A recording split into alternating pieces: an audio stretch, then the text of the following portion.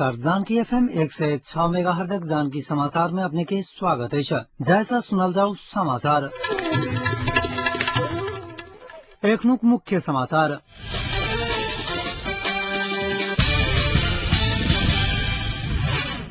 आई के लेल तय भेल व्यवस्थापिका संसदक बैसार बिना बैसने स्थगित। 8 सूचीय मांग रखैत रौतहट के सभासद बबन सिंह आई से पुनः आमरण अनशन में बैसला।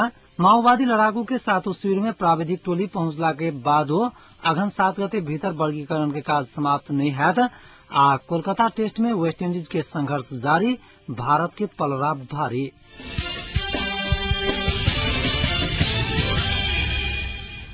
संविधान संशोधनक विषय में प्रमुख 3 दल बीच सहमति जुट नहीं सकला के बाद आई के लेल तय भेल व्यवस्थापिका संसदक बैसार बिना बैसने स्थगित भेल अछि। भोरे 11 बजे बैसत कहल गेल बैसार बेरिया में सूचना साइट का स्थगित कयल गेल अछि। सहमति के लेल दिन भर भेल दल सब बीचक विमर्श निष्कर्ष में पहुंचा नहीं सकला के बाद शुक्र दिन दोपहरिया में 1 बजे धरि के लेल बैसार स्थगित कयल गेल अछि। अंतिम संविधान में उल्लेख राज्य पुनर्संरचना के लेल आयोग बनावक प्रावधान के बदला विज्ञ समूह बनावक आजुक 11हम संशोधन के तैयारी चल। प्रमुख 3 दल बीच सहमति भेल। एहि विषय में माओवादी वैध पक्ष विरोध केला के बाद सहमति होबा नहीं सकल। तहिना एमाले के तरफ से संशोधन प्रस्ताव पेश करवाला सब संशोधन फिरता करक नहीं माला के कारणे सेहो सहमति जुटल नहीं सकल अछि।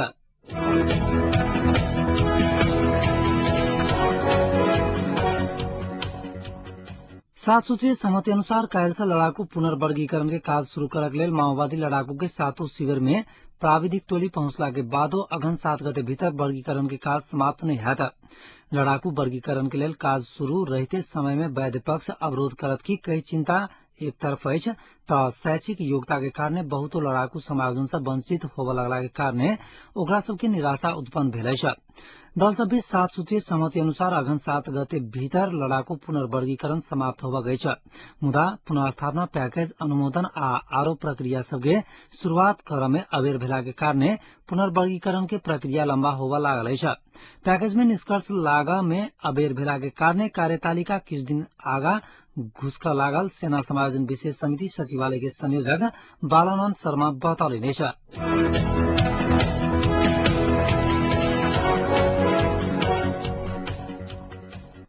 भ्रष्टाचार विरुद्ध 8 सूचीय मांग रखित रौतहट के सभासद बबन सिंह आई से पुनः आमरण अनशन में बैसला अछि। प्रशासन सहयोग नहीं कहने कई दोसर बेर सभासद सिंह जिला प्रशासन कार्यालय गौर के मूल द्वार के आगा अनिश्चितकालीन आमरण अनशन में बैसल छथि। संसदीय क्षेत्र विकास कोष के रकम दुरुपयोग, गौर अस्पताल में प्रसूति भत्ता वितरण में अनियमितता, बागमती नदी के दुनू तरफ बांध में कहने ग्रावेल के काज में अनियमितता, गौर नगरपालिका में भेल अनियमितता खोजबीन सहितक 8 सूत्रीय मांग राख सभासद सिंह अनशन में बैसल छथि। यह मुद्दा के लक आसीन 23 गते सेहो सभासद सिंह अनशन में बैसल रहता। अनशन के 2 दिन बाद प्रमुख जिलाधिकारी हरिराज पंत के कार्यकक्ष में नागरिक समाजक अध्यक्ष जगन्नाथ केसरी के संयोजकत्व में 9 सदस्यीय खोजबीन समिति गठन भेल रहेगा। समिति के प्रशासन के द्वारा असहयोग भेल कही सभासद सिंह पुनः अनशन में बैसल बतौलन। समिति गठन भेला के बाद जीविका के कागज पत्र मांग कैला पर नहीं देला के बाद सिंह आक्रोशित बनल छथि। सभासद सिंह संगे स्वतंत्र युवा उत्थानक जिला अध्यक्ष कौशल मिथिला समेत अनशन में बैसल छथि।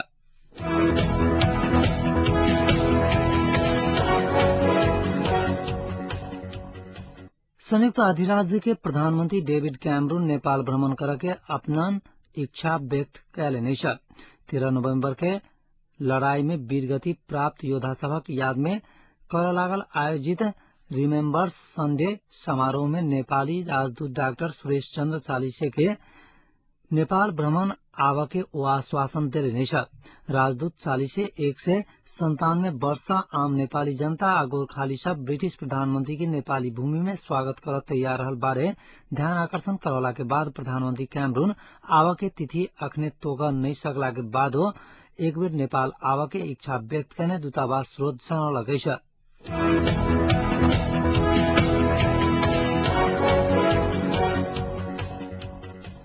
मलेशिया में कार्यरत नेपाली कामदार अपना सब पर अपमान भेल कहत आंदोलन में उतरल छ।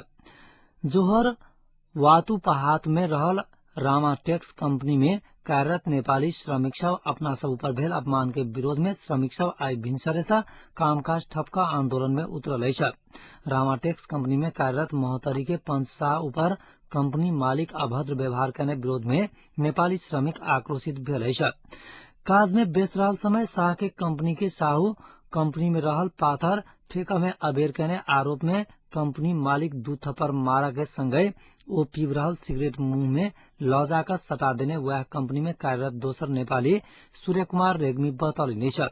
एहि बीच कंपनी मालिक कहने दुर्व्यवहार विरुद्ध नेपाली कहने आंदोलन में वियतनामी आ बांग्लादेशी श्रमिक सब सेहो एकबद्धता जनाउने छ।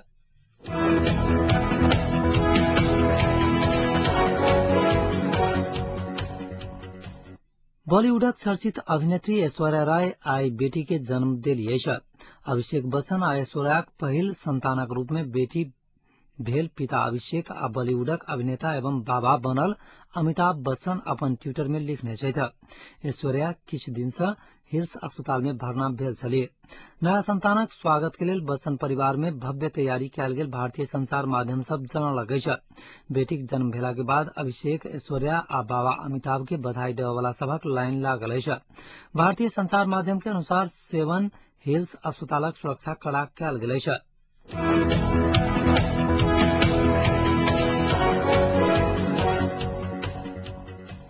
नेकपा एमाले के अध्यक्ष समेत रहल पूर्व प्रधानमंत्री झलनाथ खनाल अपने आ माधव कुमार नेपाल प्रधानमंत्री रहल समय में मंत्री परिषद से सभासद बालकृष्ण ढुंगेल के आम माफी देवा के कोनो तैयारी नहीं भेल दावा कैलने छ। माओवादी अध्यक्ष प्रचंड आ प्रधानमंत्री डॉक्टर बाबूराम भट्टराई ढुंगेल के आम माफी देवा के प्रक्रिया पूर्ववर्ती सरकारे से समय से भेल बताब रहल समय में पूर्व प्रधानमंत्री समेत एमाले अध्यक्ष खनाल के एहन कह बाहर आयल छ। पार्टी काम के क्रम में आई धनकुटा पहुंचल खनाल पत्रकार सब संगे बातचीत करैत ढुंगेल के आम माफी देवा के सिफारिश कगा सरकार कानूनी राज्य के उपहास करने आरोप लगौलने छ।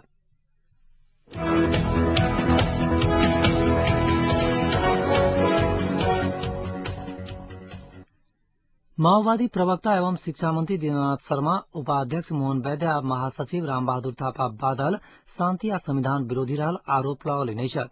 सिंहदरबार स्थित संसदीय दलक कार्यालय में आई संचार कर्मी सब संग बातचीत करैत हो वैद्य थापा के विरोध से शांति आ संविधान नहीं रुकत दावा कैलने छ।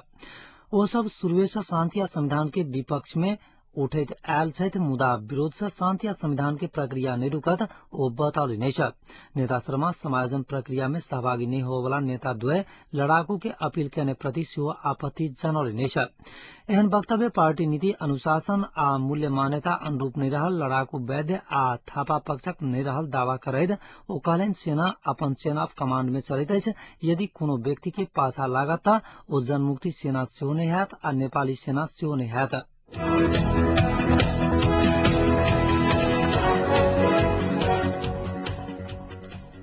इटली के प्रधानमंत्री मारियो माटी अपन नया टीम के गठन कैलने छ। एहि टीम में मात्र प्राविधिक विशेषज्ञ शामिल छ।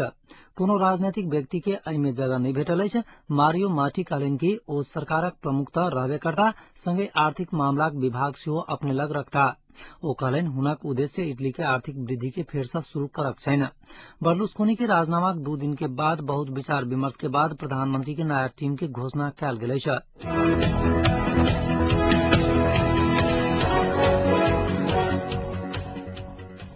कोलकाता टेस्ट में भारत के जीतक उम्मीद के वेस्टइंडीज दोसर पारी में किछु झटका जरूर देलक अछि मुदा भारत मजबूत स्थिति में छ। फॉलो ऑन करैत वेस्टइंडीज अपन दोसर पारी में 3 विकेटक नुकसान पर 195 रन बना लेने अछि मुदा एखनो वेस्टइंडीज भारत के पहिल पारी के विशाल स्कोर से 283 रन पाछा अछि। पहिल पारी में मात्र 153 रन बनाकर आउट भेल वेस्टइंडीज टीम दोसर पारी में बढ़िया प्रदर्शन कयलक अछि। तेसर दिनक खेल के समाप्ति पर डेरेन ब्रेवो 38 आ शिव नारायण चंद्रपाल 21 रन बनाकर अभिजित अछि। दोसर पारी में एड्रियन बैरेट 62 आ कर्क 60 रन बनाकर आउट भेल अछि। दोसर विकेट के लेल दुनू महत्वपूर्ण 93 रन जोड़ने छल। दोसर पारी में ईशांत शर्मा के 2 आ उमेश यादव के 1 विकेट भेटल अछि।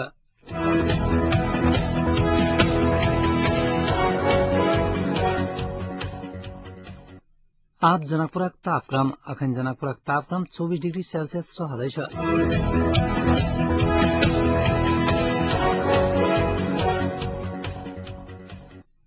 अंत में पुनः एक बेर मुख्य समाचार।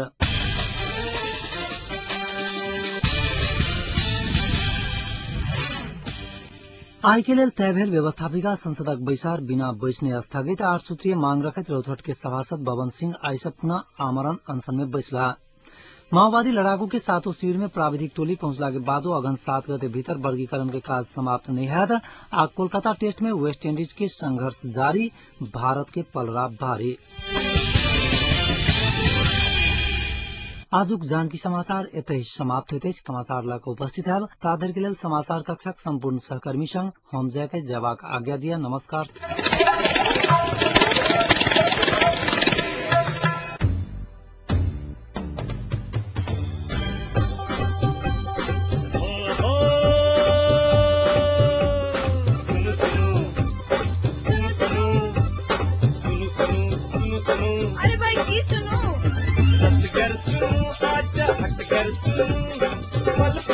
खबर घर बैसल जानकी मन माफी कपन बात ऐसा सुनो जानकी मन माफी कपन बात ऐसा सुनो सुनो सुनो। विकलांग गर्व जानकी FM 106 मेगाहर्ट्ज।